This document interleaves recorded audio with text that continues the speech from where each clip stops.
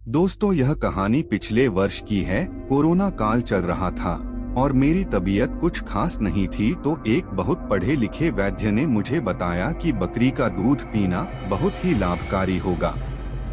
इसलिए बकरी का दूध मैंने लेना चालू कर दिया, लेकिन कोई भी दूध वाला बकरी का दूध शुद्ध नहीं दे रहा था। इसलिए हमने शुद्ध बकरी के दूध के लिए अपने बुआ से संपर्क किया। बुआ ने बताया कि लोही में कोई सज्जन है जो शुद्ध बकरी का दूध देंगे।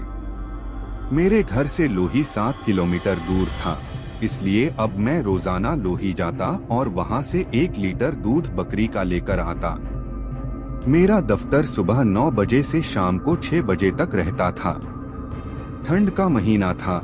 एक दिन मुझे दफ्तर में किसी काम की वजह से रुकना पड़ा, तो उस दिन लोही जाने में मुझे देर हो गई और मैं रात को 10:30 बजे लोही गया। जैसे ही दूध लेकर मैं वापस आ रहा था, तभी मैंने देखा कि कोई औरत रोड के किनारे खड़े होकर रुकने का इशारा कर रही थी। उसे देखकर ऐसा लग रहा था कि वह लिफ्ट मांग रही है। पर 10:30 बज चुके थे। इस समय किसी को लिफ्ट देना खतरे से खाली नहीं है।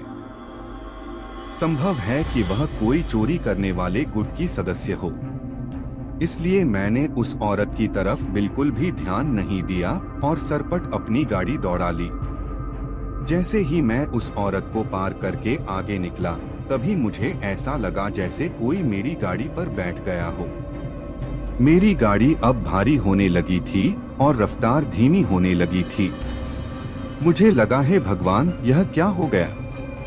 मैंने गाड़ी में लगे मिरर से पीछे खड़ी उस महिला को देखा, तो वह महिला अब वहां पर नहीं थी। मैं अब डर गया।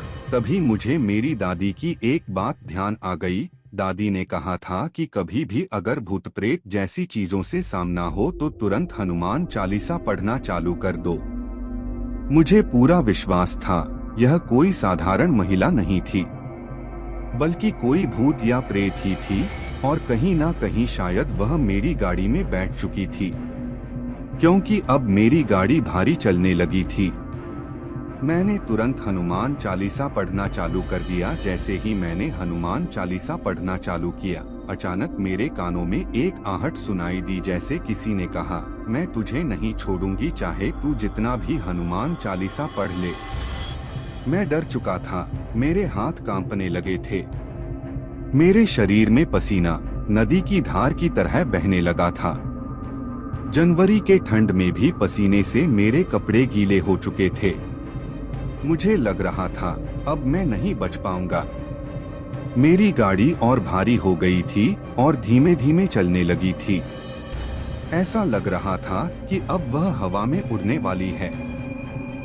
किसी ने बहुत तेज से मेरे कंधे को पकड़ लिया था।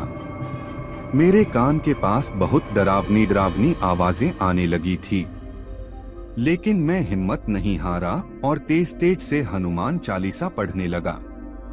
जैसे जैसे मैं हनुमान चालीसा पढ़ते हुए आगे बढ़ता जा रहा था, वैसे वैसे मेरी गाड़ी हल्की होने लगी थी और मुझे जिस शक्ति ने पकड़ रखा था, उसका जकड़न भी अब कम होने लगा था।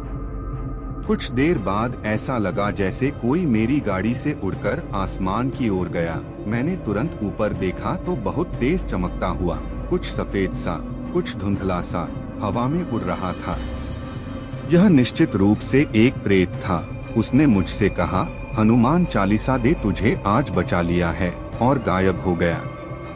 लेकिन फिर भी मैं डरा रहा और तेज रफ्तार में गाड़ी चलाते हुए घर आ गया। उसके बाद मैं 5 बजे ही लोही जाकर दूध ले आता था और 8 बजे के बाद में कहीं पर भी नहीं जाता, और अगर मजबूरी में कहीं जाना होता है तो हनुमान चालीसा पढ़ता रहता हूँ। दोस्तों, आप भी हनुमान चालीसा याद कर ले और मूर्ख लोगों के चक्कर में ना पड़े। धर्म है तो जान है।